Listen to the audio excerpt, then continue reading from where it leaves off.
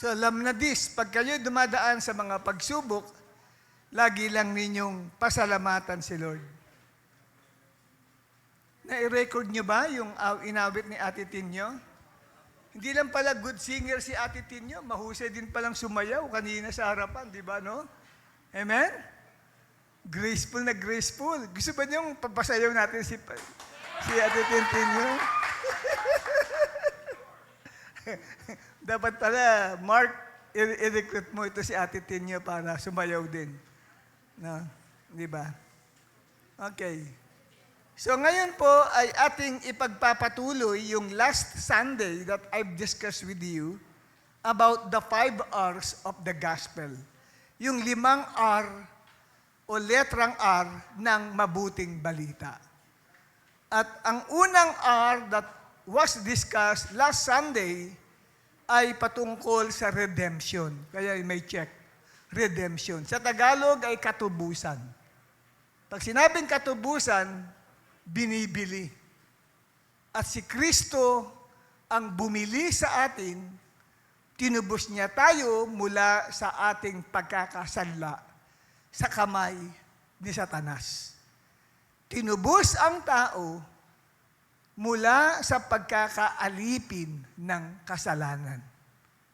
At ang ibinayad ni Jesus ay ang kanyang buhay. Yung kanyang dugo. Natapos tayo doon sa pagtatalakay. Inabot ata ako ng 5:00 ng hapon during that time. Nung pinapanood ko, awang-awa ako sa mga kapatiran. Inabot ako ng 5 p.m. Ewan ko, abutin tayo ng 7 p.m. ngayon. Hindi naman siguro. Wag nawa, kailangan mapaigsi natin ito. Ang second na ating pag-uusapan, the second R, is about restoration. Ang mabuting balita po ay tumutukoy sa ating Panginoong Hesukristo. Ngunit maraming aspeto ng pag-aaral about the good news of Jesus Christ. Una nga, yung tinalakay ko about redemption. At ngayon naman, ang tatalakayin natin is about restoration. Kaya, ang number 2 natin na pag-uusapan is the gospel of restoration. Ang Tagalog ng gospel ay mabuting balita. Sa English ay good news or gospel. At dito ay atin pong pag-aralan ang ibig sabihin o kahulugan ng restoration. Ang restoration ay tumutukoy sa mga bagay na ibinabalik ng Diyos sa atin sa pamamagitan ng ginawa ni Kristo sa cross para sa ating lahat. Merong mabuting balita akong pinararating sa inyo na ang mabuting balitang iyan, mga minamahal, ay si Kristo ay magbabalik ng mga bagay na nawala o nasira sa atin. Maring hindi mo alam na maraming mga bagay pala sa buhay mo ang nawala at nasira dahil sa kasalanan na pumasok sa buhay ng mga tao. At ang pangangaral about restoration ay mababasa natin sa Book of Acts chapter 3 verses 19 to 21. Ang sabi ni Peter, "Repent then and turn to God, so that your sins may be blotted out or wiped out, that the times of refreshing may come from the Lord." Verse 20, "And that He may send the Messiah, who has been appointed for you, even Jesus." Verse 21, "Heaven must receive Him until the time comes for God to restore everything as He promised long ago through His holy prophets." So may binabanggit dyan, kapatid, na to restore everything. Sapagkat yun po ang mabuting balita na patungkol sa restoration. Balikan natin muli ang kahulugan ng restoration. Ang salitang restoration ay tumutukoy sa pagpapanumbalik ng Diyos ng mga bagay na nawala o nasira sa atin dahil sa kasalanan sa pamamagitan ng ginawa ni Kristo sa krus para sa ating lahat. Yan po mahalagang bagay na maisapuso natin sapagkat merong pag-asa kay Kristo. Kay Jesus ay may pag-asa. Dahil kung yung mga bagay na meron tayo before at ito'y nawala, ay po pwedeng maibalik muli sa atin. Amen po ba? At ano ang mga bagay na ibinabalik ni Jesus sa buhay ng tao? Tandaan ninyo, ang kasalanan ang sumisira at nagwawasak ng buhay ng tao. Ang kasalanan ang siyang nagnanakaw, kasama na si Satanas. Marami siyang mga bagay na ninakaw sa ating buhay. At si Jesus ang nagbabalik ng yan. Ano itong mga bagay na ibinabalik ni Jesus? Number 1, si Jesus ay nagre-restore ng wasak na buhay. Jesus restores broken lives. That is a good news. Ito po ay isang napakagandang balita. Magandang balita na kailangang makarating sa lahat ng tao. Hindi lamang po sa atin na narito ngayon, kundi sa lahat po ng tao sa buong mundo ay kailangang makaalam patungkol sa balitang ito na si Jesus ay nagpapanumbalik sa isang wasak na buhay. At mababasa natin yan sa aklat ng Luke chapter 4, verse 18 hanggang verse 19. Let's read these particular verses wherein it informs us that Jesus can restore broken lives. Ang sabi ng Luke 4:18, it is the Lord Jesus Christ who recited this particular verse. He said, "The Spirit of the Lord is on me, because He has anointed me to proclaim good news to the poor." Ano yung good news na yun na kanyang ipinapahayag? He has sent me to proclaim freedom for the prisoners and recovery of sight for the blind, to set the oppressed free, and to proclaim the year of the Lord's favor. Sa Tagalog ay binabanggit dito na ang Panginoong Hesus ay sinugo upang pagalingin ang mga bagbag na puso ng tao. Anong ibig sabihin po ng binasa natin kanina? Ang ating Panginoong Hesus ay hindi lamang po nagpapatawad ng ating mga kasalanan, kundi nagpapanumbalik din siya ng mga buhay na nasira. Sino sa inyo rito inaamin nyo nasira o nawasak ang inyong buhay? Sa paanong paraan ko ipaliliwanag ang tinatawag na broken lives? Ang broken lives ay maaaring ang isang tao ay nakaranas po siya na maapektuhan ng mga bagay na nangyari katulad ng mga traumatic experiences sa buhay. Halimbawa, ito may lumapit sa akin para counselan ko, ang isang 16-year-old girl. 16 years old na babae. At ang sabi sa akin, "Pastor," malimani pa magsalita, "can you pray for me?" Sabi ko, "Bakit?" Kasi ako po ay, when I was 14 years old, I was raped by my stepfather. Ako, ano nangyari sa'yo? Kasi po, nanganak ang mami niya at na-ospital. Meron pa siyang 2 maliliit na kapatid na naiwan at siya nagbabantay sa bahay. Dumating yung stepfather dahil alam nga na wala yung nanay, yung mami, nandoon sa ospital, kaya naiwan siya nag-iisa at ang kasama niya ay mga maliliit na bata lang na inaalagaan niya. Nilock daw niya ang pinto, pero bigla po niyang, hindi ko alam, paano daw niya nabuksan yung pinto. At pinasok po niya ako, pastor. Nag-iiyak yung bata.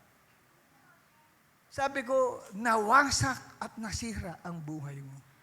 Sabi ko sa kanya, don't worry. God can restore your broken life.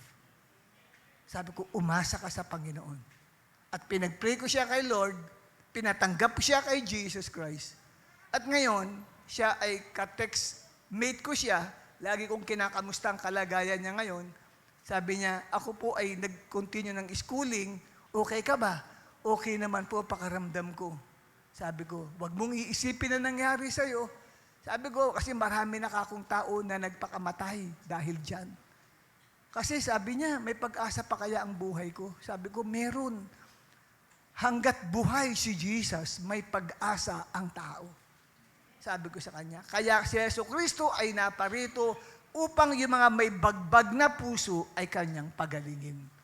Naparito ang Panginoong Jesus sa mundo, hindi pa tayo tao noon, nabayubay siya sa cross, namatay siya dahil sa ating mga kasalanan, upang ang buhay natin na winasak at sinira ng kasalanan ay muling mabuo. Amen, mga kapatid? Kung kaya nga sa bagay pong yan, meron siyang trauma. Yung tinatawag kong traumatic experience. Hindi na ko alam kung ano ko meron ditong same experience with that young girl na yun. Pero, maaaring iba-iba ang traumatic experience mo sa iyong buhay. You feel rejection naman sa iba. Ikaw ay nire-reject o kaya naman, nabigo ka sa pag-ibig. Nabigo ka, kapatid. Pinagtiwalaan mo ang isang tao, sinira lang niya ang iyong tiwala. Mahal mo siya, pero may mahal siyang iba. Yun, kakalungkot yun. Kalimutin mong katabi mo, nakakalungkot yun. Di po ba? At dahil doon, di ba, feeling mo, your world is shattered. Di ba? Ang mundo mo ay nawasak. Ang mundo mo ay nasira. O maaari, kapatid, expectation mo na matatanggap ka sa school na ito. Tapos hindi ka pala matutuloy ng pag-aaral. Dahil sabi ng mama mo, pasensya ka na, wala tayong pera, anak. So your world was shattered. Kaya, feeling mo, broken ako, broken. Who can restore my broken heart? Broken ang puso mo eh. At maraming iba pang mga paaring mabibigat na karanasan na nararanasan ng isang tao. Yung iba, ito matindi, kapatid, na pag-break sa buhay ng isang tao, yung ikaw ay nagkaroon ng addiction sa mga katulad ng binagbabawal na gamot. Ako, bata pala ako, saksi na ako, marami akong mga kapitbahay na naging drug addict. Ang ganda ng kanilang buhay nung umpisa. Tapos, nalaman na lang namin na inuuwi yung bangkay at nung inuwi ang bangkay, patay na yun, tapos meron po nakapulupot sa liig na alambre. So, ibig sabihin, yung kapitbahay namin lalaking iyon ay pinahirapan. Ibinitin sa alambre. Dahil yung kapitbahay namin yung kilalang-kilala namin yun. Umiinom ng Corex D. Di pa uso nun ng shabu. Corex D pa nung nilalaklak yun. Pag tinamaan ka nung pulang-pulang mata mo. At ang feeling mo, wow, pare, galing, ganda, pare. Ganun po yung Corex D na yun. So, sabi ko, kawawa naman yung kapitbahay namin itong lalaking ito. Ang height niya ay 5'11". Nag-aaral yan, player yan varsity player sa isang kilalang university sa Manila. 5'11" ang height. Pero nasira ang kanyang buhay ng drug addiction. Yun pong sinasabi kong broken lives. Kaya lang at that time, hindi pa ako nakakilala sa Panginoong Jesucristo. Hindi ko pa siya tinanggap si Jesus Christ bilang Panginoon at tagapagligtas ng aking buhay. Kaya hindi ko ma-share sa Kanya si Jesus. Nakakausap ko siya, nakakakwentuhan ko siya.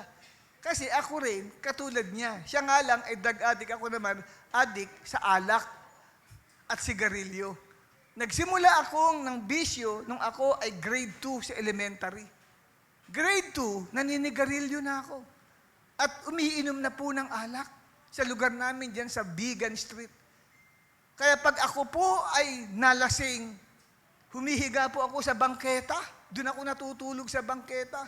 Dadaan po yung mga matatandang babae, kawawa naman itong batang ito, walang pag-asa sa buhay. Yun ang narinig ko. Nahihilo ako sa sigarilyo kasi punong-puno ng sigarilyo yung aking utak, pati yung aking bagay pa kong huminga. Yun pala, nagkaroon ako ng TB sa baga dahil sa murang gulang pa lang, grade 2, I was then 9 years old, ay nagyoyosi na. Tinira yung baga ko. Kaya pala, nahihirapan akong huminga. Sira, wasak, sabi sa akin, wala ka ng pag-asa. Wala raw akong pag-asa kasi broken lives. Salamat sa Diyos. Merong taong ginamit sa akin para i-share si Jesus. Sabi sa akin, siraman ang buhay mo, pero po pwedeng muling buuin ni Jesus kung si Jesus ay papapasukin mo sa puso mo at tatanggapin mo siya bilang Panginoon at tagapagligtas ng iyong buhay. Ako naman ay naniwala. Sumunod ako sa prayer, tinanggap ko si Jesus. And at that moment that I put my faith in Jesus Christ, nawala ang pagnanasa ko sa alak, nawala ang pagnanasa ko sa sigarilyo.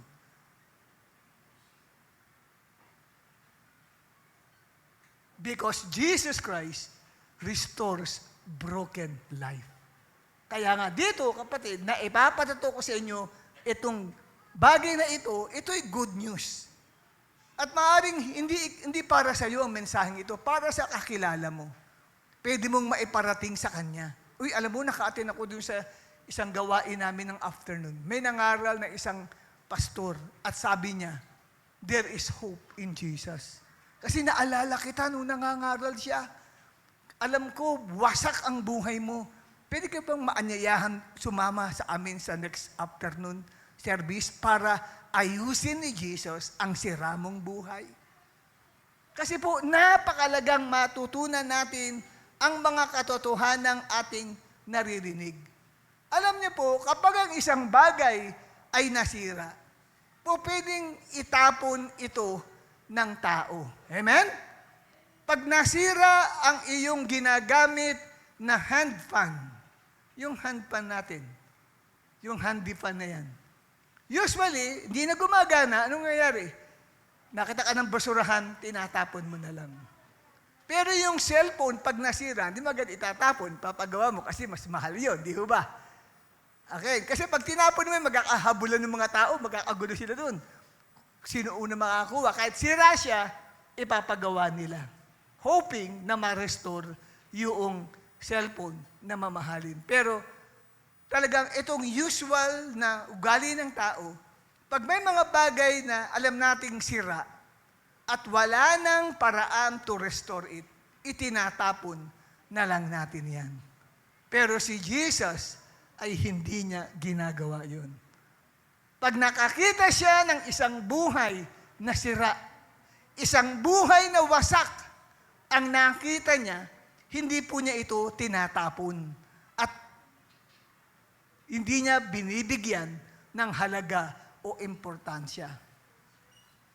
Ang ginagawa niya, kinukuha niya ang mga sirang buhay na ito, inaayos niya, binabago niya para gamitin sa kanyang layunin. Amen? Kaya ang pagkasira ng ating buhay ay hindi nangangahulugang tapos na ang kwento ng buhay mo. Kalibitin mong katabi mo. Sabi mo, kapatid, sandali lang. maistorbo ko ang iyong mahimbing na pagkakatulog. Sabi mo sa kanya, kapatid, pwede bang magtanong? Kamusta na ang iyong buhay? Wasak ba? Sira ba? O mawawasak pa lang? Kung sasabihin sa iyo niyan, binulungan ka lang, atin-atin lang to malapit na mawasak ang buhay ko. Kapatid, pwede mong sabihin sa kanya, hindi nangangahulugan na mawawasak na ang iyong buhay ay magtatapos na ang kwento ng buhay mo. Kung meron naman dito na umaamin siya, kung alam nyo lang, Pastor, wasak na ang buhay ko. Itong gusto kong sabihin sa iyo, hindi nangangahulugan, tapos na ang kwento ng iyong buhay. Bakit? Kasi pag ang buhay mo ay ibinigay mo sa kamay ng Diyos, kaya niyang hubugin muli ang nasira mong buhay at gawing itong kasangkapan para sa kanyang mabuti at magandang layunin.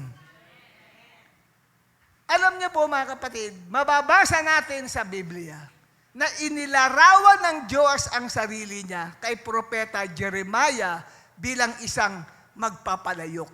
Sabihin, gumagawa po ng palayok.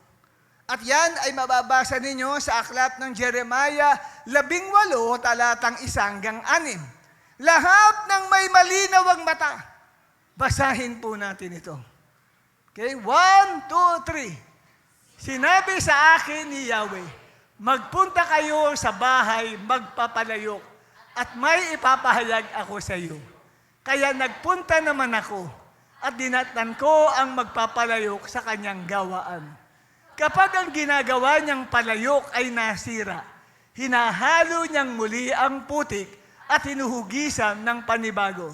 Pagkatapos sinabi sa akin ni Yahweh, O Israel, wala ba akong karapatang gawin sa iyo ang ginawa ng magpapalayok sa putik na iyon?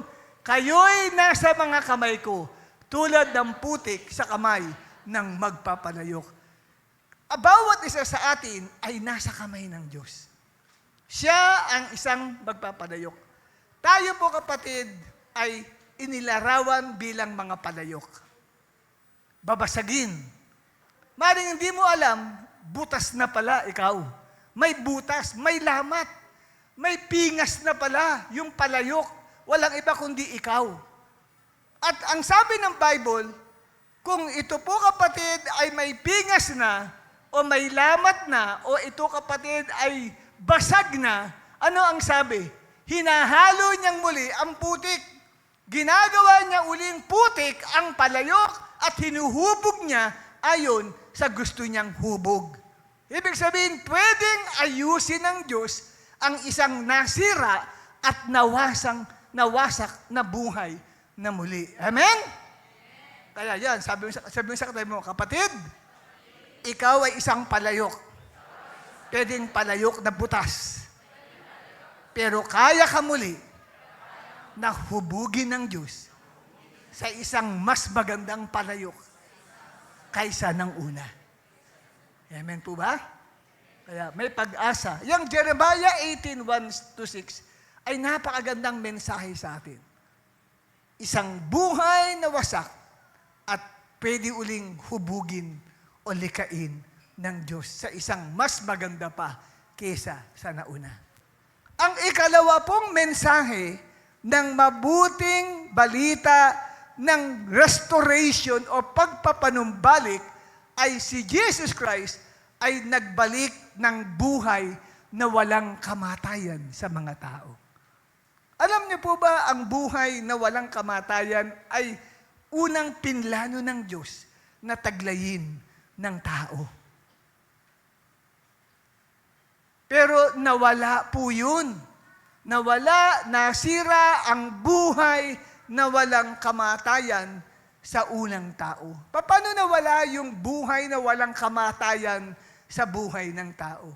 Nang pakinggan nila ang tinig ni Satanas na pumasok doon sa ahas na tumukso kay Eva at si Eva naman ay tumukso kay Adan para kainin ang bungang kahoy na pinagbabawal ng Diyos na kanilang kainin. At dahil dito, lahat ng tao na isinisilang mula kay Adan at Eva ay apektado ng kasalanan.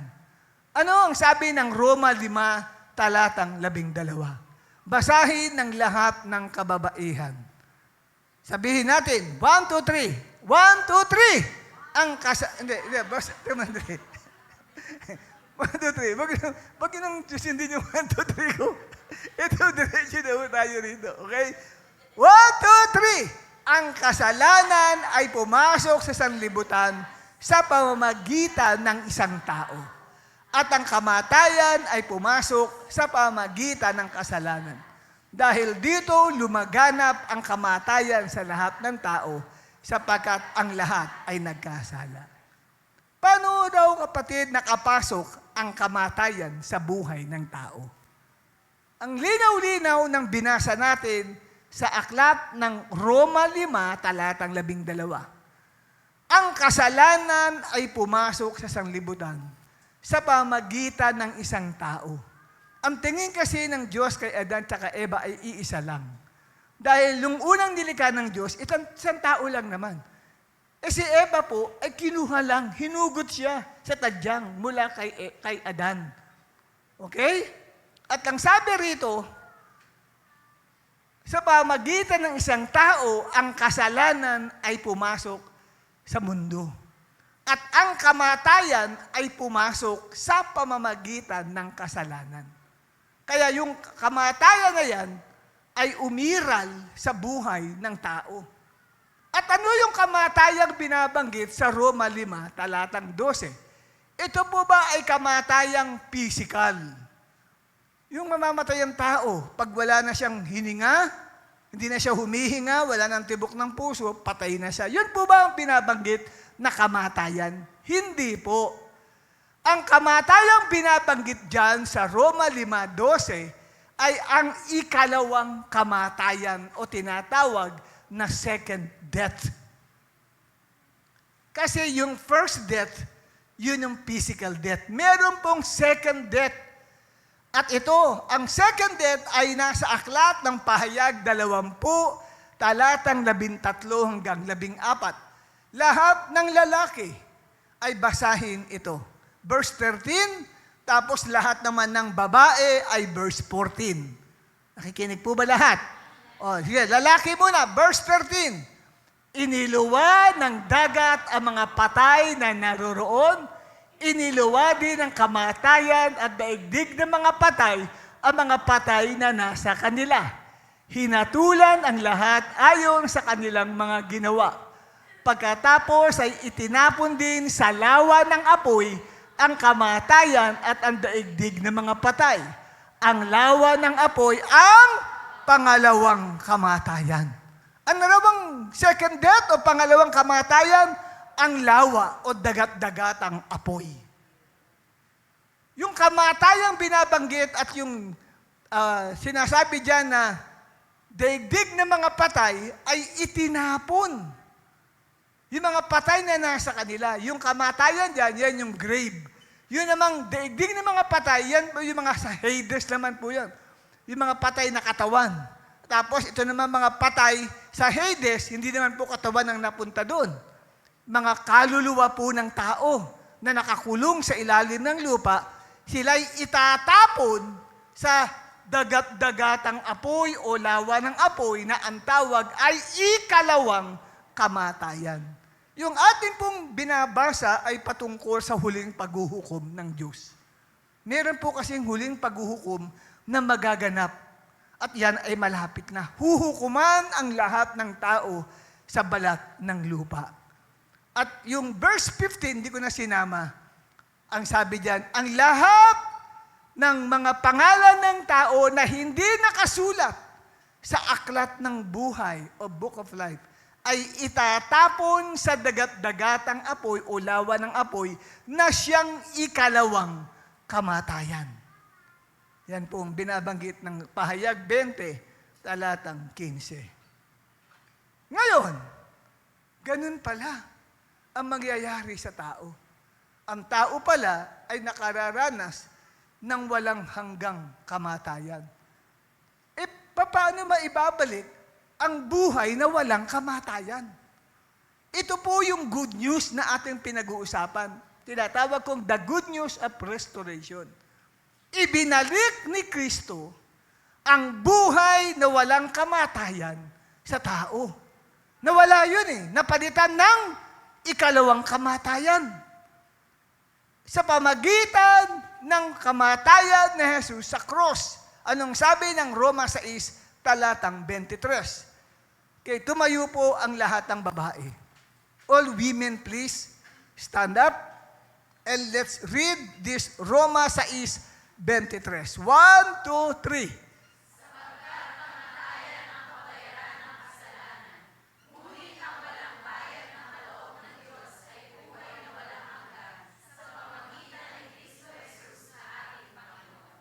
Amen. Grabe itong pagkakatagalog. Regalo na, wala pang bayad. Diba? Dapat, ang Tagalog na lang yung kaloob o regalo ng Diyos ay buhay na walang hanggan. Hindi na dapat nilagay pa na walang bayad Amen po ba? Pero, isinama the free gift of God. Gift na, free pa. Di ba pag meron ba naman nagregalo, ito, regalo ko sa'yo, Brad, 500 yan, bayaran mo ko. Walang ganon. Di ba? Pag may birthday ang isa, birthday na limbawa ni Sister Tintin, reregaluhan niyo siya kapatid, tapos mamaya hindi ka umaalis pag-abot mo ng regalo. Sabi ni Sister Tintin, bakit? Bayaran mo yung regalo ko sa iyo. Hindi na regalo ang tawag doon. Amen po ba? Benta na. Benta na yun, hindi na regalo. Tama ba, Irish? Kasi ang regalo, libre talaga. Dito, in-emphasize lamang kaya ginoble. Walang bayad na kaloob o regalo ng Diyos ay buhay na walang kamatayan. Dati meron ng tao niyan. Ang tao nung araw, nung unang nilikha ng Diyos, si Adam at saka si Eve, hindi sila mamamatay. Walang ikalawang kamatayan sa kanila. Sila ay mabubuhay magpakailanman sa piling ng Diyos. Hindi sila itatapon sa dagat-dagatang apoy o lawa ng apoy para pahirapan. Wala. Pero nang sila, kapatid, ay sumuway sa Diyos, nakinig sila sa tinig ng Diablo ni Satanas, doon na po, kapatid, naranasan nila na sila ay mamatay sa harapan ng Diyos. Una, mamatay, hindi physical, spiritual. Nahiwalay na sila sa Diyos. Ngunit, hindi doon nagtatapos ang kamatayang yun. Sapagkat mamamatay sila sa lawa ng apoy dahil hindi sila sumunod sa Diyos. Paano na mababalik ngayon yun? Paano na? Paano mababalik ang buhay na walang kamatayan? Salamat, may Jesus Christ na nanaog mula sa langit. Salamat, may Pasko tayo. Kasi kung walang Pasko, walang Jesus Christ na bumaba mula sa langit. Amen?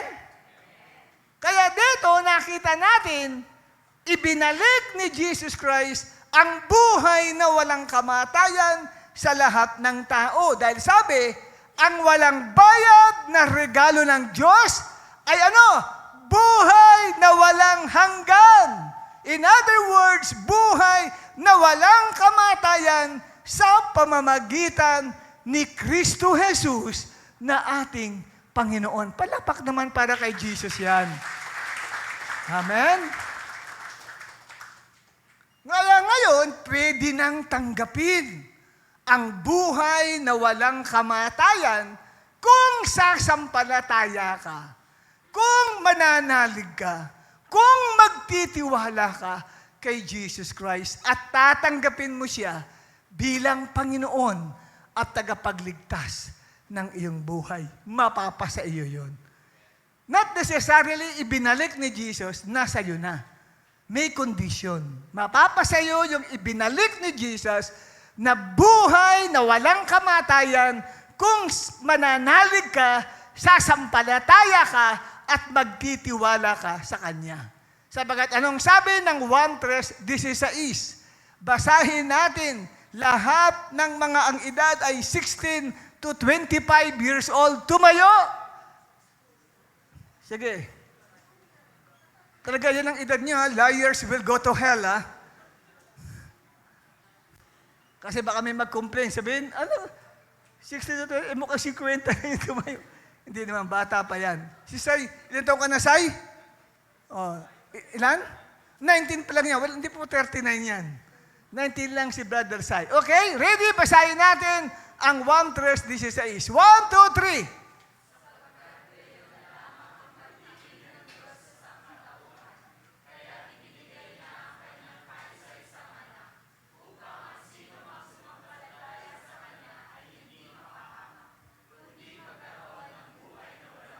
Palakpakan natin ang Panginoon. Makakaupo na po kayo. Grabe, no? Ang sinumang sumampalataya sa Kanya, kanino? Kay Jesus Christ, ay hindi mapapahamak, kundi magkakaroon ng buhay na walang kamatayan. Ibig sabihin, exempted ka doon sa second death. Hindi ka itatapon sa lawa ng apoy. Sa halip, manahin mo ang langit na kinaroroonan ng ating Diyos na buhay. Pag namatay ka, hindi ka sa impyerno pupunta, didiretso ka sa heaven. Dahil ikaw ay nanalig, ikaw ay sumampalataya, ikaw ay nagtiwala kay Jesus Christ bilang iyong Panginoon at tagapagligtas ng iyong buhay. Yun po ang good news ng pagpapanumbalik ng buhay na walang kamatayan. Amen? Sino may buhay na walang hanggan? Taas ang kamay. Ayun, dumadami. Baka madagdagan pa tayo. Sino pa uli ang mga pa lang, ha? Hindi ko pa sino-sino kataas ang kamay, ang mga. Pero delikado rin. Kung sabi ko, sino ang mga pupunta sa impyerno? May babaan lahat siguro yan. Sino ang mga? Ayun, ha? May buhay na walang hanggan. Kaway-kaway. Pakikuha sa ating CCTV. Sige, kaway-kaway po kayo. Ano po sa CCTV para mapanood sa online. Yan, no? Nakikita niyo po? CCTV yan. Kitang-kita kayo yan. Okay? Kaya, yung iba hindi ngumiti ka naman. Okay? Sige. Palakpakan naman natin si Lord sa kabutihan niya sa atin. At ang ikatlong ibinalik niya, ito mabuting balita, kaya nga good news eh. Ang ikatlong ibinalik ni Jesus Christ sa atin, nang siya ay mabayubay sa cross at mamatay, ibinalik niya ang nasirang image and likeness of God sa tao. Yung larawan at wangis ng Diyos ay inirestore niya, ibinalik niya sa tao. Ang paliwanag ay ganito. Ang original na plano ng Diyos ay pagharian ng mga taong kanyang nilikha ayon sa kanyang wangis at larawan ang sanlibutan o ang mundo. Ang tao po, kaya niya nilikha ay para pamahalaan ang sanlibutan. Ang tao ang maging representante ng Diyos dito sa mundo. Sapagkat sabi sa awit 115, talatang 16. Ano ang sabi? Si Yahweh ay may-ari ng buong sangkalangitan. How about daigdig? Kanino niya ibinigay? Ang daigdig ay ibinigay niya, kanino? Sa mga tao. Sino mga tao rito? Taas ang kamay, kung tao nga, talagang tao ka, taas mga kamay mo, tao nga talaga to. Sabi sa kanila po, tao ka nga talaga. Kala ko, tao-tauhan. Okay? Kanino raw ibinigay ang daigdig sa mga tao? So, ibig sabihin, tungkulin natin, pangalagaan ang mundo. Tungkulin natin, kapatid, na pangalagaan ito, hindi ito masira, hindi magkabaha. Ang problema, hindi napapamahalaan ang mundo. Nagkakabaha-baha. Kaya yung mga floodgates, yung mga pondo sa floodgates, winawaldas, ninanakaw ng mga taong ito. Naku, umanda sila sa araw ng paghuhukom. Sapagkat ang gusto ng Diyos, Ikaw tao, pamahalaan mong maigi ang earth. Ayusin mo ang pamamahala mo sa mundo, wag kang ihi na ihi kung saan-saan. Oy, sino mga lalaki? Tasa kami ng mga lalaki rito. Alam niyo po ba kung bakit nasisira yung ozone layer natin sa taas? Kaya, andaman natin yung sobrang init, di ba, no? Para wala nang tumatakip sa earth. Pag sumikat ang araw, grabe. Di ba? Kaya ang dami mga senior citizen, nagtatago na. Baka mamaya, sila ay ma-heat stroke sa init. Bakit? Grabe yung init na yun sa earth natin. Nasira yung ozone layer. At isa sa research kung bakit nasira, isa daw dyan yung ihi ng ihi kung saan ang mga tao. Kasi yung palang ihi natin, kapatid, meron pala yan, ang tawag doon, ay nag-evaporate pala yan. Nag-evaporate, alam niyo ba yun? Sa mga, Iris, alam mo yun, di ba? Yung araw, nung high school ka pa, nung bata ka pa nung araw. Di ba? Nag-evaporate yan. Yung ihi natin, yun pala ang sumisira ng ozone layer. Yung ihi ng ihi kung saan. Kalibutin mo, katabi mo, kapatid, huwag kang basta ihi ng ihi kung saan. Pwedeng lalaki at pwedeng babae yan. Kung saan ka abutin. Sige, payong nila ang gagamitin ng mga babae. Kung saan abutin. Doon ka lang ihi. Yung mga lalaki naman, sa mga sulok-sulok, okay na. Sa mga puno. Kaya daming puno na mamatay. Dahil doon, ihi ng ihi kung saan tayo umiihi. Pag umihi naman tayo sa inidoro, hindi tayo marunong magbuhos. Nung minsang gumamit ako ng CR, Sunday morning yun. Kaya maglala, afternoon ngayon eh. Sunday morning yun. Sabi, exempted ka dun. Sunday afternoon. Madalas dyan kami umuupo eh. Sa kinuupuan ni Lovely Castro. Yung nakadilaw na yan. Yan. Diyan ako umuupo sa pwesto niya. Malapit sa comfort room. Pag CR ko ba naman, nagulat ako. Mamula-mula pa yung tubig doon sa bowl.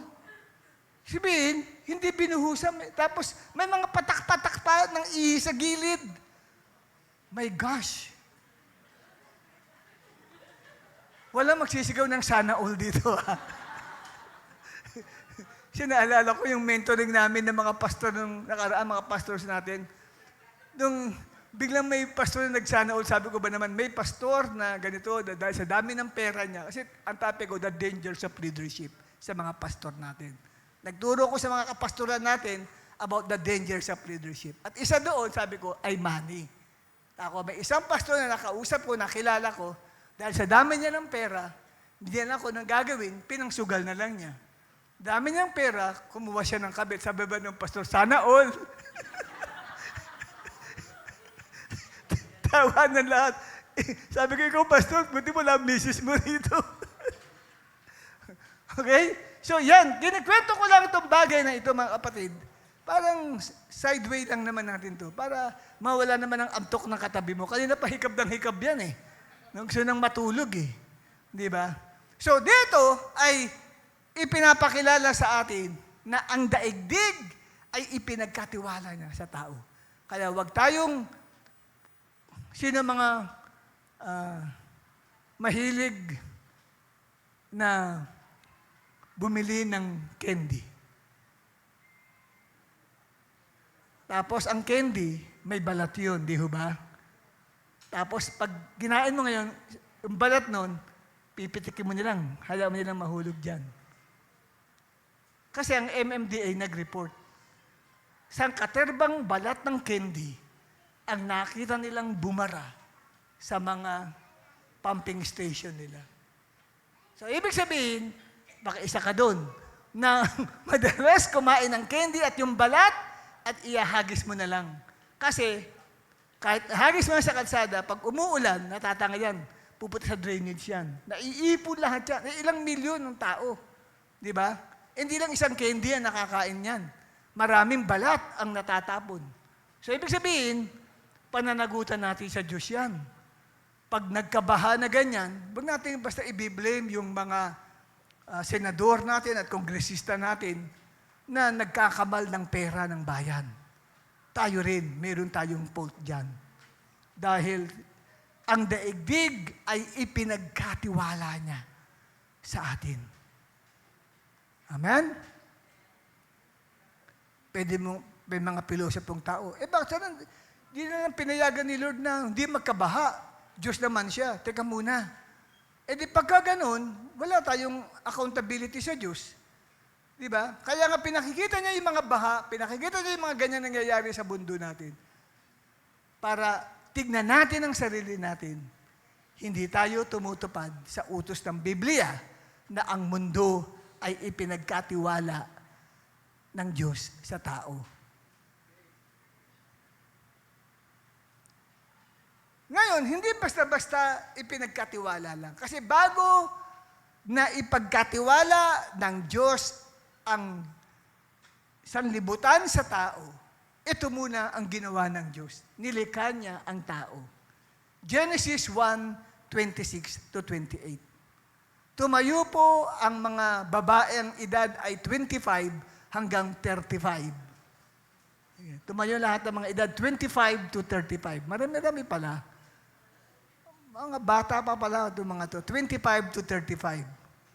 Sige, basahin natin ang verse sa Bible. 1, 2, 3. Pagkatapos, sinabi ng Diyos, ngayon, likain natin ang tao ayon sa ating larawan, ayon sa ating wangis.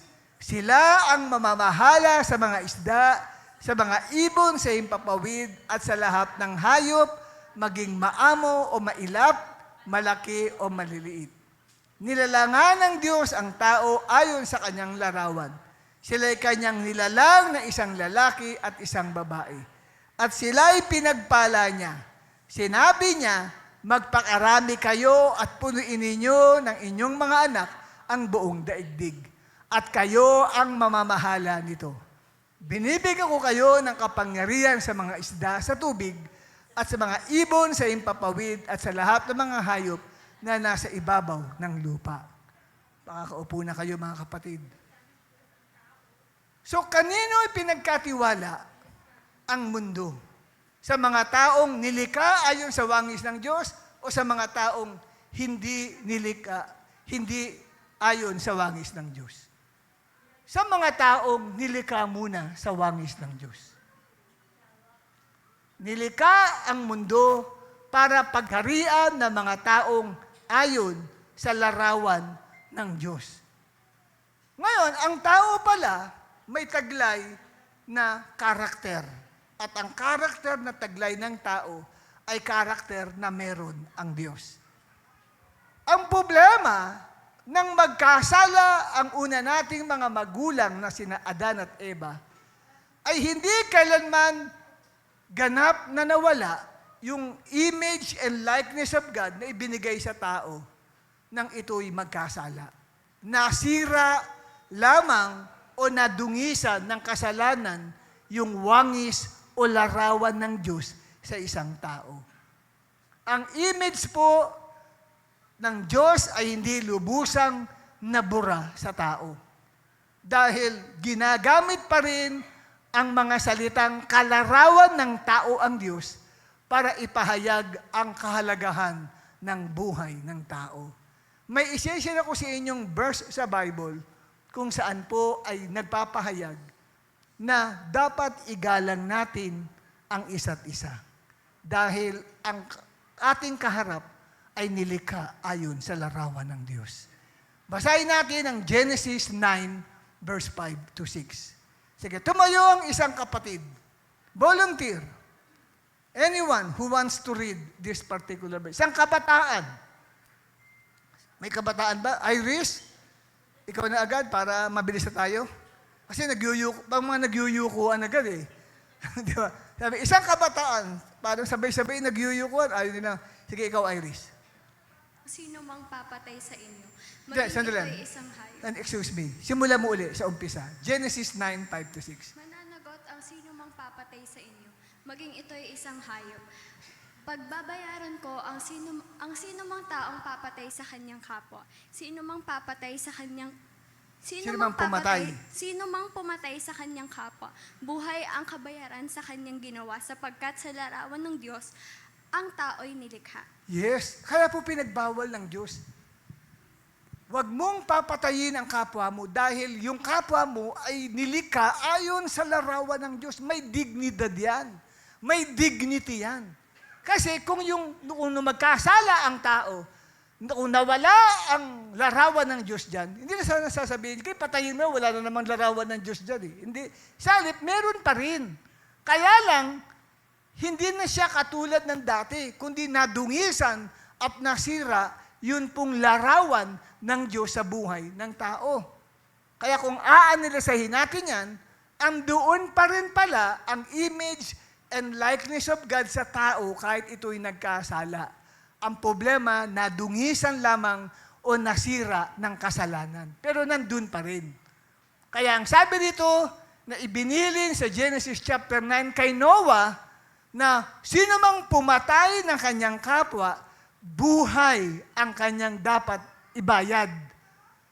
Sapagkat sa larawan ng Diyos, nilikha ang tao. Okay? Ngayon, meron naman po ditong binabanggit, kung inyo pong titignang maiki at pag-aaralan, kung saan po ay sa Santiago 3, talatang 9. Ito, maganda po ito. Basahin natin, sabay-sabay. Okay? 1, 2, 3. Ito ang ginagamit natin sa pagpupuri sa ating Panginoon at Ama, at ito rin ang ginagamit natin sa panlalait sa taong nilalang na kalarawan ng Diyos. Ano yung itong ginagamit natin? Ang Santiago 3 ay tumutukoy po sa paggamit ng dila ng tao. Dila po ang tinatalakay sa Santiago, Kabanata 3. Sabi, ang dila ay ginagamit natin sa pagpupuri natin sa Panginoon at Ama. At dila rin ang ginagamit natin sa panlalait sa mga taong nilalang na kalarawan ng Diyos. Anong ibig sabihin nito? Ibig sabihin po dito, kapatid, ay kailangan iwasan nating lapastanganin ang sinumang tao.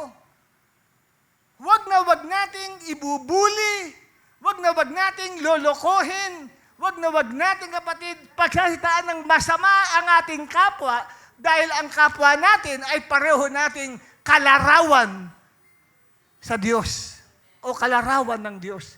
May dignity pa rin yung tao. Nakuha niyo, kapatid? May dignidad pa rin yan. Hindi lang wag mong papatayin yan, kundi wag mong pagkasalitaan ng masama. Wag mong mumurahin. Katabitin mo, katabitin mo. Wag mong mumurahin ang kapwa mo. Wag mong mamaliitin ang kapwa mo. Amen? Wag mong lalaitin ang kapwa mo. Bakit? Sapagkat ang kapwa mo, kahit makasalanan yan, hindi naman nawala ang larawan ng Diyos dyan. Nasira lang at nadungisan. May dignity pa rin ang kapwa natin. Yan ang tinuturo ng Bible. Amen, kapatid? Kaya wag mong ichichismis ang kapwa mo sa ibang tao. Sabi sa katabi mo, kapatid, usapan natin itong dalawa. Wag na wag kung maririnig sa'yo, chinichismis mo sa akin ang katabi mo.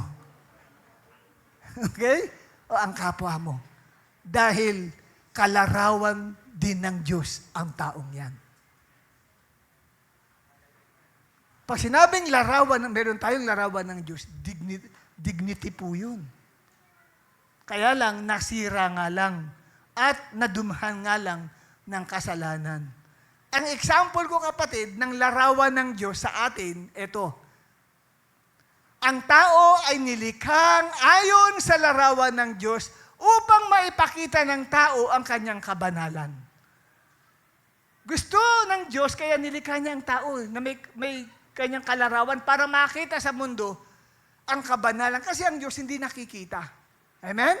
Ang Diyos Espiritu. Sa pamagitan natin, makikita ng mga tao kung ano ang kabanalan ng Diyos. Pagtingin lang sa'yo, ganun pala ang Diyos. Kasi nakikita ka niya eh. Yun po, larawan ng Diyos, ang kabanalan, nakikita sa atin, Ikalawa, ang katuwiran. Ikatlo, ang dignidad. Ikaapat ay ang pag-ibig. Nakikita sa iyo yung pagmamahal. At ikalima ay ang kabutihan. Ikaanim ay katotohanan at hindi kasinungalingan. Amen? Yan po yung larawan ng Diyos na ibinigay sa tao. Kaya ang nangyari, nang magkasala ang tao, hindi na niya maipakita yung kabanalan. Ano ipapakita yung kabalbalan ng tao? Hindi na po kabanalan, kabalbalan na lang ng tao. Hindi na po na ipapakita ang katuwiran, ang dignidad, ang pag-ibig. Iba na ang pinapakita. Puro hate, puro sama ng loob, hinanakit. Yun na napapakita. Bakit ganun? Hindi maipakita yung larawan ng Diyos sa kanya. Kasi nga dungisan yung larawan ng Diyos sa buhay ng tao. Kahit anong pilit niya, hindi niya kayang maipakita.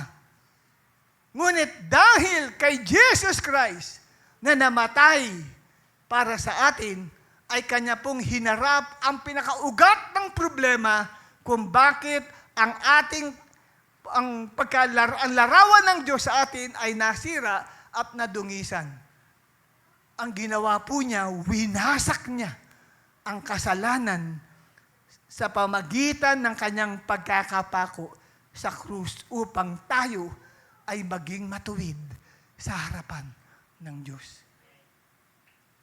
Kaya may krus, nagre-remind sa iyo at sa akin na may nagwasak ng kasalanan. Sino ang dumungis? Sino ang sumira ng image and likeness of God sa atin? Sin, kasalanan. Kaya ang ginawa ni Christ, winasak niya ang kasalanan yan nang siya ay mapako sa krus. Roma 6, talatang 6. Basahin po natin. 1, 2, 3.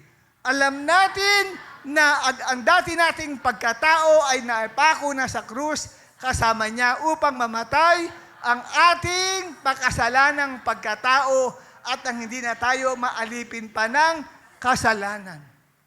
Napako si Kristo upang yung ating makasalanang pagkatao, pag sinabi makasalanang pagkatao, ito yung laging nagtutulak sa ating gumawa ng kasalanan. Ayaw mo naman, pero tutulak ka. Kaya minsan masabi mo, nung mahuli ka, ayaw ko naman po kung nga pumapikilan ng sarili ko. May ganun. Kasi kasalanan yun. Yun ang winasak ni Jesus sa krus. Inalisan niya ng kapangyarihan ang kasalanan sa buhay natin. Nang siya'y mapako sa krus, dinala niya ang kasalanan ng lahat sa atin. Unang Pedro 2, talatang 24. Sa kanyang pagkamatay sa krus, pinasan niya ang ating mga kasalanan. Anong layunin? Upang mamatay na tayo sa kasalanan. Isipin, para makalaya na tayo sa kasalanan at mamuhay na ayon sa kalooban ng Diyos. Sa pamagitan ng kanyang mga sugat, kayo'y pinagaling. 2 Korinto 5:21, hindi naman nagkasala si Kristo, ngunit alang-alang sa atin, siya'y itinuring na makasalanan upang sa pakikipag-isa natin sa Kanya ay maging matuwid tayo sa harap ng Diyos. Wala siyang kasalanan, pero itinuring siyang makasalanan. Bakit? Kasi inilagay sa Kanya lahat ng kasalanan natin. Lahat ng kasalanan mo, kapatid, ipinasan kay Jesus Christ.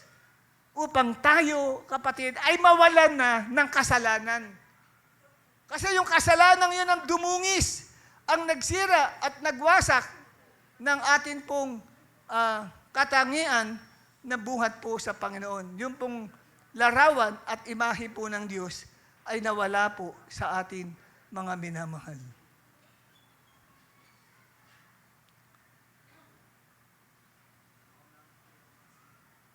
Sa pamagitan ng ating pagsampalataya kay Jesus Christ, ay ibinalik ng Panginoong Yesus ang nasirang larawan ng Diyos sa atin. Sa paanong paraan na ibalik? Pag ang isang tao ay nakipagrelasyon kay Jesus Christ, tinanggap mo si Jesus sa puso mo bilang Panginoon at tagapagligtas, ikaw ay magiging isang bagong nilalang. 2 Corinthians 5:17. Ikalawang Korinto 5, talatang 17. Jump na po tayo doon. Wag na yung Isaiah 53. Ito na lang. 2 Corinthians 5:17. Basahin natin. Malakas na tinig. 1, 2, 3. Kaya't kung nakipag-isa na kay Kristo ang isang tao, isa na siyang bagong nilalang. Wala na ang dati niyang pagkatao. Sa halip ito'y napalitan na ng bago. So pag ikaw ay nakipag-isa kay Jesus, anong sabihin nakipag-isa? Sumampalataya ka kay Jesus, inanayahan mo si Jesus na pumasok sa iyong puso. Tinanggap mo siya bilang tunay na Panginoon at tagapagligtas ng iyong buhay. Ano ang mangyayari, kapatid?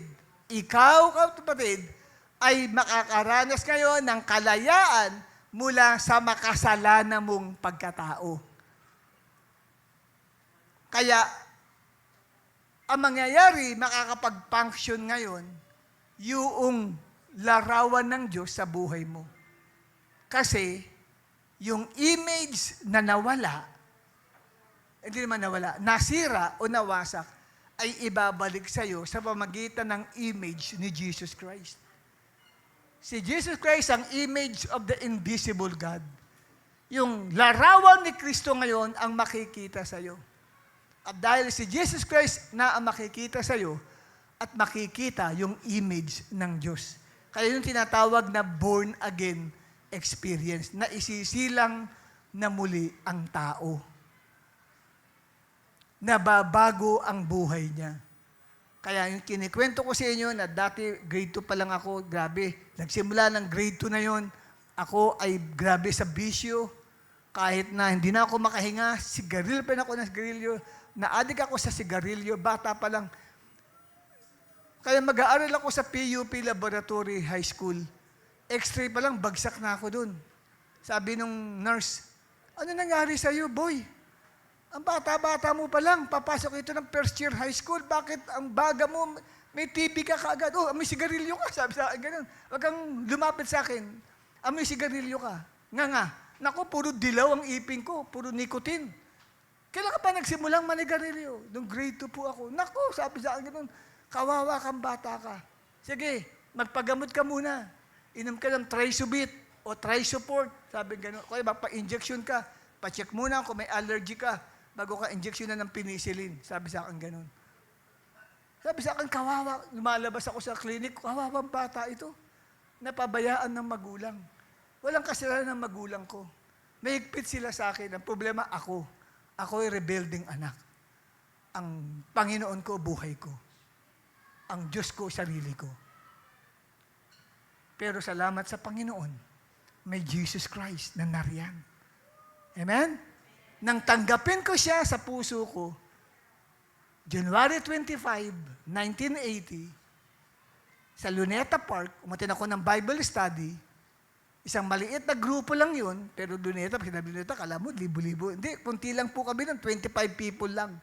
Umuwi ako sa bahay, mga 11 na ng gabi, at pagkatapos kumain, as usual, siyempre, pagtapos kumain, anong kasunod? Siyempre, yosi, sigarilyo yan.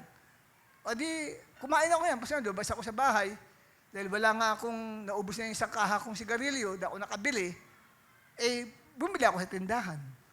Lahat na ng mga mamahaling sigarilyo, binili ko. Kasi lahat ay sinusuka ko. Ang baho, sabi ko, hindi ko kaya. Philip Morris pa yung binili ko, Ang baho, sabi ko gano'n. Wala bang bago niya? Ito, bagong delivery din sa amin. Marlboro, sige, Marlboro. Hanggang sa, kung meron kayong Cool, meron kayong Fortune, lahat na yun. Nagsimula muna sa mamahaling sigarilyo hanggang sa pinakawalang kwentang sigarilyo. Tinry ko lahat. Sabi ko, nagsusuka ako sa harapan ng tindahan. Hindi tanggapin ng aking ilong yung usok ng sigarilyo. Talagang nagsusuka ako. Sabi ko, ayaw ko nang makaamoy ng usok ng sigarilyo. Since then, way back, 1980 yun. Ngayon ay 2026, 46 years ago. Hanggang ngayon, ayaw kong makaamoy ng usok ng sigarilyo. Hindi ako yun. Yun yung born-again experience na mararanasan ng isang tao pag sinuko niya ang buhay niya kay Jesus Christ at tinanggap niya si Jesus bilang Panginoon at tagapagligtas ng kanyang buhay. Amen? Yun po, yun ang sinasabi natin na isa ka ng bagong nilalang. Hindi ikaw magpapabago sa sarili mo. Mula ngayon, di na ako wala akong narinig sa pastor na nangaral siya, wag na kayong maninigarilyo. Wala akong napakinggan na ganun. Wala na kayong iinom, wala rin. Pati alak din. Yung alak naman, iba na naman yun. Sa alak naman, bumili naman ako ng isang beer.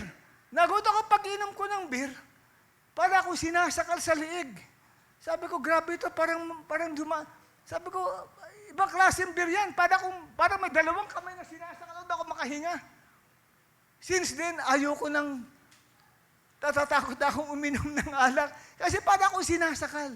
Alam po, kami ng Diyos yung parang sinasabing, Perdi, born again ka na. Hindi mo na kailangang uminom ng alak para magpakasaya. Ako ay sapat na para magbigay ng happiness and joy sa iyong puso. Amen? Palakpakan natin si Lord. Yan po, kaya nga sa pamagitan, kapatid, ni Jesus Christ, ibinalik niya ang kalayaan sa mga tao. Nung una, bago magkasala ang tao, malaya ang tao, walang kasalanan. Walang umaalipin sa buhay nila. Pero salamat sa Diyos, dahil kay Jesus Christ, ang tao po ay nakalaya sa kasalanan. Naranasan ko yung kalayaan na yun sa lahat ng uri ng bisyo, kahit sugal, kahit pagmumura, nakalaya ako doon. Impossible mangyari yun sa buhay ko. Kasi kilala ko ang sarili ko, hindi ko kayang baguhin ang sarili ko. Ang dami ko ng New Year's resolution na ginawa sa buhay ko. Pero walang nangyari sa New Year's resolution. Puro resolution na lang. Wala man lang totoong nagaganap sa life ko. Pero salamat sa Diyos, ang kailangan lang pala ay katapatan. Nung araw na yon na nag-altar call yung pastor, di ko makakalimutan.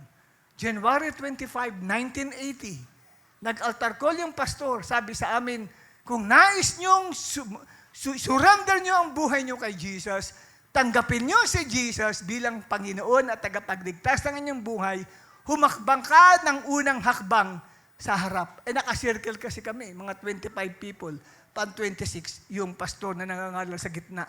Lahat kami nakaupo sa damuhan Tapos pinatayo. Di siyempre, bago ako, sabi, pikit daw ang mata. Dahil bago ako, nakapikit yung kaliwa, yung kanan nakabukas. Tinitignan ko Nakita ko ng pastor, bumikit ako, tapos yung kaliwa naman. Kasi ayokong, nahihiya naman ako lang. Mamaya hindi ko na ako mapigilan sa sarili ko. Nakapikit ako, tumakbang ako ng unang hakbang. Tapos pinasunod ako sa prayer. Yun yung moment na yun, na sumigaw ako. Pumalaw. Grabe yung hiyaw ko na yun. Hindi ako nahiya. Ang dami namamasyal doon sa malapit sa, tawag ito? Malapit doon sa dagat, di ba? Sa, grandstand malapit Doon, malapit lang kami sa grandstand Iyak na gano'n, Kasi bakit? First time kong na-encounter si Jesus na pumasok sa puso ko. Hindi ko alam, doon pala magsisimula ang pagbabago ng aking buhay. Yung born again experience na tinanggal ang kasalanan, inayos ni Lord ang nasirang larawan ng Diyos sa aking buhay, tinanggal ni Lord lahat ng dungis ng larawan ng Diyos sa buhay ko, sapagkat gusto ng Panginoon makita ang larawan ni Kristo sa buhay ng bawat isa sa atin. Palakpakan natin ang ating Panginoon. Tandaan nyo ang lahat ng tao ay alipin ng kasalanan. Bakit? Kasi sabi ng letter D na tayo, ibinalik ni Jesus Christ ang kalayaan sa mga tao. Sabi ng Roma 3:23, lahat ay nagkasala at lahat ay walang nakaabot sa kaluwalhatian ng Diyos. At ang sabi ni Kristo, pakatandaan ninyo, ang gumagawa ng kasalanan ay alipin ng kasalanan. Ngunit ang gospel, next slide, ang gospel ay restoration na nagsasabi, pinalaya na tayo ni Jesus Christ nang mapako siya sa krus mula sa kapangyarihan ng kasalanan sa ating buhay. Kaya malaya ka na. Amen? Pinalaya ako ni Lord doon. I was going 21 years old nang ako'y makakilala kay Lord. 1980 yun. I was 21 years old. Ngayon, 67 years old na ako. 21 years old. Ako noon, kabataan ako noon. Sabihin, for 21 years, alipin ako nung mga bisyo na yun na hindi ko akalain sa buong buhay ko, makakalaya ako. It's impossible for me to be delivered from that kind of vices. Wala akong magagawa kasi puro barkada ko, kaibigan ko, kakilala ko, lahat gumagawa nun eh. Araw-araw na lang kami, laging ganun, inuman sa kalsada eh. Kaya, paano ako makakalaya? Ngunit salamat sa Diyos, may Jesus! Na nagre-restore ng sirang buhay, nagpapalaya sa lahat ng alipin ng kasalanan sa kanilang mga buhay. Amen? Kaya ngayon, hindi na po tayo kasama para hatulan ng Diyos sa darating na araw ng paghuhukom. Kasi ibinalik niya sa atin ang kalayaan mula sa judgment niya. Letter E na tayo. Sige, bilisan na natin. Tapos na ako dito. Yan. Amen? Ang nirestore sa atin, ibinalik sa atin kalayaan mula sa paghuhukom. Kanina binasa ko, di ba? Ang mga patay na nasa kamatayan at nasa daigdig ng mga patay ay itinapon sa lawa ng apoy na siyang ikalawang kamatayan. Paghuhukom po yun. Kamayan mo, katabi mo, sabi mo, praise the Lord. Mabuting balita ang narinig natin na ngayon exempted ka na sa Judgment Day. Pag dumating ang Judgment Day, araw ng paghuhukom, hindi ka na kasama, nahahatulan ng Diyos kung ikaw ay itatabon sa dagab-dagatang apoy. Dahil sa Roma 8, talatang 1 hanggang 2. Basahin natin. Tumayo tayong lahat. Let's read this particular verse. Roma 8, 1 hanggang 2. 1, 2, 3.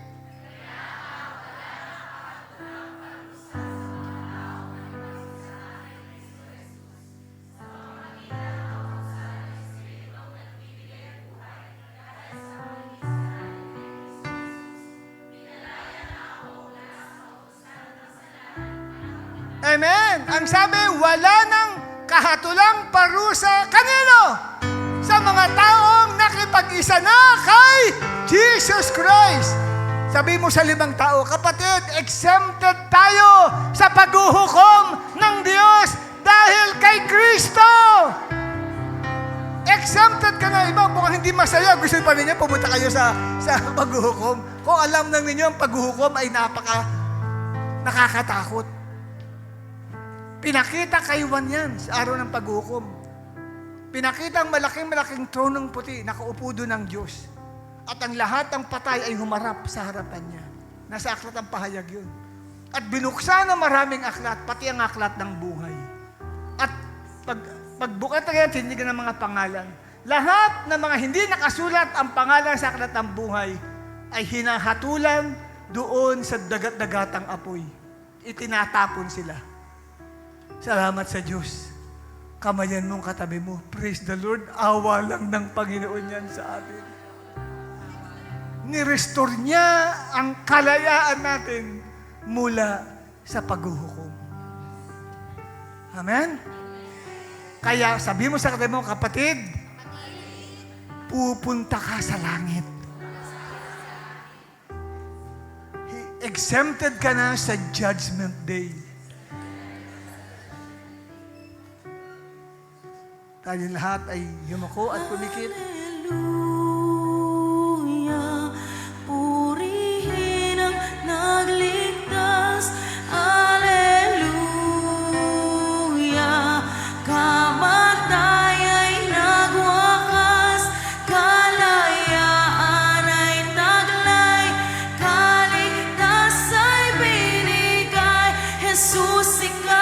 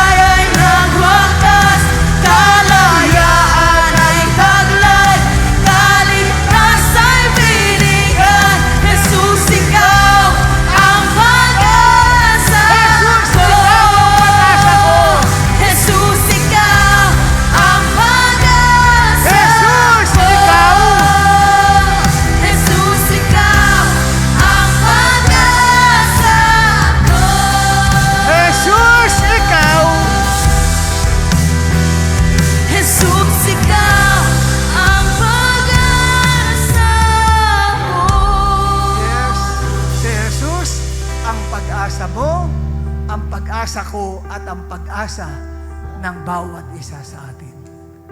Tiyak tayo kung darating ang araw ng paghuhukom ng Diyos, hindi tayo kasama ayon sa Bible. Dahil tayo ay sumampalataya, nanalig, sinuko natin ang ating buhay kay Jesus Christ. Inanayahan natin si Jesus na pumasok sa ating puso. Tinanggap natin siya bilang Panginoon at tagapagligtas. At kung dumating ang time na ikaw ay mamatay, hindi sa impyerno ang tungo ng kaluluwa mo, kundi sa kaharian ng Diyos. Purihin ang Panginoon sa narinig natin na mensahe ng mabuting balita patungkol sa mensahe ng restoration ng Diyos. Last Sunday, we tackled about the message of redemption. Now is the message of restoration about the gospel. Kaya kung meron mang mga first time dito, second timer, third